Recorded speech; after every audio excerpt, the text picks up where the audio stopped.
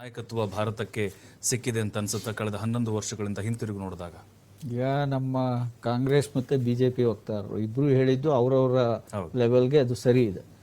But ನಾವು compare ಮಾಡಲೇಬೇಕಾಗತ್ತೆ. ಯಾಕಂದ್ರೆ ನಮಗೆ ಕಂಪ್ಯಾರಿಸನ್ ಇದ್ರೇನೆ ನಮಗೆ ಡೆವಲಪ್ಮೆಂಟ್ ಇದೆಯಾ ಇಲ್ವಾ, ನಾವು ಯಾವ ವಸ್ತುಸ್ಥಿತಿಲಿ ಇದ್ದೀವಿ ಇವತ್ತಿನ ಜಗತ್ತಿನಲ್ಲಿ ಅಂತ. ಯಾಕಂದ್ರೆ ನಾವು ಜಗತ್ತಿಗೆ ಕಂಪೇರ್ ಮಾಡ್ಕೊಳ್ಳೋ ಒಂದು ಪರಿಸ್ಥಿತಿ ನಮ್ಮಲ್ಲಿದೆ ಇವತ್ತು. ಈಗ ಇಂದಿರಾ ಗಾಂಧಿ ಅವರು ಒಳ್ಳೆ ಆಡಳಿತ ಕೊಟ್ಟರು ಅವತ್ತಿನ ದಿವಸಕ್ಕೆ. ಇದೇನು ಈಗ 4077 ದಿವಸ, ಇವರು 4078 ದಿವಸ ಅಂತ.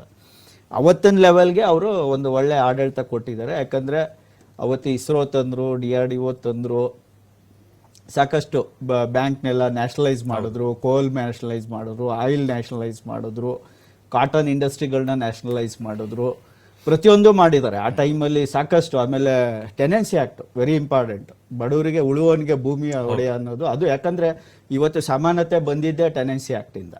ಅಂದರೆ ಸಾಕಷ್ಟು ಕೆಲಸಗಳನ್ನ ಅವರು ತುಂಬ ಆನೆಸ್ಟಾಗಿ ಆ ಟೈಮಲ್ಲಿ ಮಾಡಿದ್ದಾರೆ.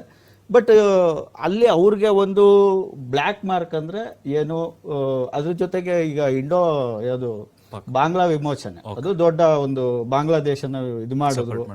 ಮತ್ತೆ ನಾನ್ ಅಲೈನ್ ಮೂವ್ಮೆಂಟ್ ಅಲ್ಲಿ ಕೂಡ ಬೇರೆ ಕಂಟ್ರಿಗಳು ಅಮೆರಿಕಕ್ಕೆ ಸೆಡ್ ಹೊಡೆದ್ರು ಅಂತ ಒಂದು ಪ್ರಬಲ ಒಬ್ಬ ಮಹಿಳೆ ಆಗಿದ್ರು ಕೂಡ ಅವರು ಒಂದು ಉನ್ನತ ಲೆಕ್ಕದಲ್ಲಿ ಅವತ್ತು ದೇಶನ ಆಳಿದ್ದಾರೆ. ನಾವು ಅದನ್ನ ಖಂಡನೆ ಮಾಡಂಗಿಲ್ಲ. ಬಟ್ ಇಲ್ಲಿ ಆ ಒಂದು ಇದಕ್ಕೆ ಬಂದ್ರೆ ಕೊನೆಗೆ ಬಂದು ಅವರು ಎಲ್ಲಿ ತಗ್ಲಾಕೊಂಡ್ರು ಅಂದ್ರೆ ಈ ಎಮರ್ಜೆನ್ಸಿ ಏರಿ ಜನರುಗಳ ಮೇಲೆ 1975 to 77 ಸಂಪೂರ್ಣ ದೇಶದ ಆಡಳಿತನ ಅವರ ಮಗನ ಕೈಲಿ ಕೊಟ್ಬಿಟ್ರು. ಇವರೇ under control of his son. ಮಗ ಒಬ್ಬ ಪ್ರಧಾನಿನ ಮೇಂಟೈನ್ ಮಾಡ್ತಾರೆ. ದೇಶದ ಕ್ಯಾಬಿನೆಟ್ ಮಿನಿಸ್ಟ್ರಿಗಳನ್ನೆಲ್ಲ ನೆಗ್ಲೆಕ್ಟ್ ಮಾಡಿ ಕಗ್ಗೋಲೆ ಆಗೋಯ್ತು. ಮತ್ತೆ ಎಮರ್ಜೆನ್ಸಿ ಬಂದು ಯಾರು ಬೇಕು ರಾತ್ರಿ ಜೈಲಿಗೆ ಹಾಕೋದು, ಯಾರು ಬೇಕಾದ್ರೂ ಜೈಲಿಗೆ ತುಂಬೋದು.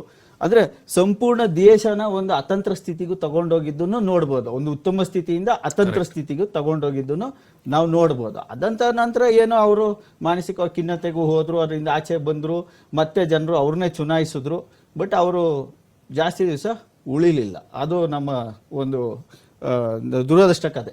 ಅದ್ ನೆಕ್ಸ್ಟ್ ಮುಂದಕ್ಕೆ ಹೋಗೋದಾದ್ರೆ, ಇವತ್ತು ನಮ್ಮ ಪ್ರಧಾನಮಂತ್ರಿಗಳಾದಂಥ ನರೇಂದ್ರ ಮೋದಿ ಅವರು ಸ್ಟಾರ್ಟಿಂಗ್ ಬಂದಿದ್ದೇನಂದ್ರೆ, ಈ ಕಾಂಗ್ರೆಸ್ ಸರ್ಕಾರ ಅಥವಾ ಏನು UPA ಸರ್ಕಾರ ನಿಮಗೆ ತುಂಬಾ ಮೋಸ ಮಾಡಿಬಿಟ್ಟಿದೆ, ಪೆಟ್ರೋಲ್ ಬೆಲೆ ಜಾಸ್ತಿ ಇದೆ, ಗ್ಯಾಸ್ ಬೆಲೆ ಜಾಸ್ತಿ ಇದೆ, ನಾವು ಅಚ್ಚೇ ದಿನ ಕೊಡ್ತೀವಿ. ನೀವು ಎಲ್ಲಾ ಪೋಸ್ಟರ್ಗಳಲ್ಲೂ ನಾವು ನೋಡ್ತಿದ್ದೋ, ಅಚ್ಚೇ ದಿನ ಬೇಕು ಅಂದ್ರೆ ಬಿಜೆಪಿಗೆ ವೋಟ್ ಹಾಕಿ, ಅಚ್ಚೇ ದಿನ ಅಂತ ವೋಟ್ ಹಾಕ್ಸಿದ್ರು. ನಾವು ಜನಗಳು ಅವಾಗ ಏನೋ ಒಂದು ಇದ್ರಲ್ಲಿದ್ದೋ, UPA ಸರಿ ಇಲ್ಲ, ಮನಮೋಹನ್ ಸಿಂಗ್ ಅವ್ರು ಸರಿ ಇಲ್ಲ, ಅವ್ರ ನೀತಿಗಳು ಸರಿ ಇಲ್ಲ, ಅವರೆಲ್ಲೋ ಯಾರ್ದೋ ಕೈಗೊಂಬೆ, ಸೋನಿಯಾ ಗಾಂಧಿ ಅವ್ರ ಕೈಗೊಂಬೆ, ಗಾಂಧಿ ಕುಟುಂಬದ ಕೈಗೊಂಬೆ ಅಂತ ಎಲ್ಲ ಸೇರಿ ನಾವು ಪ್ರಧಾನಮಂತ್ರಿ ಮೋದಿ ಅವ್ರನ್ನ ಮುಂದಕ್ಕೆ ತಂದು.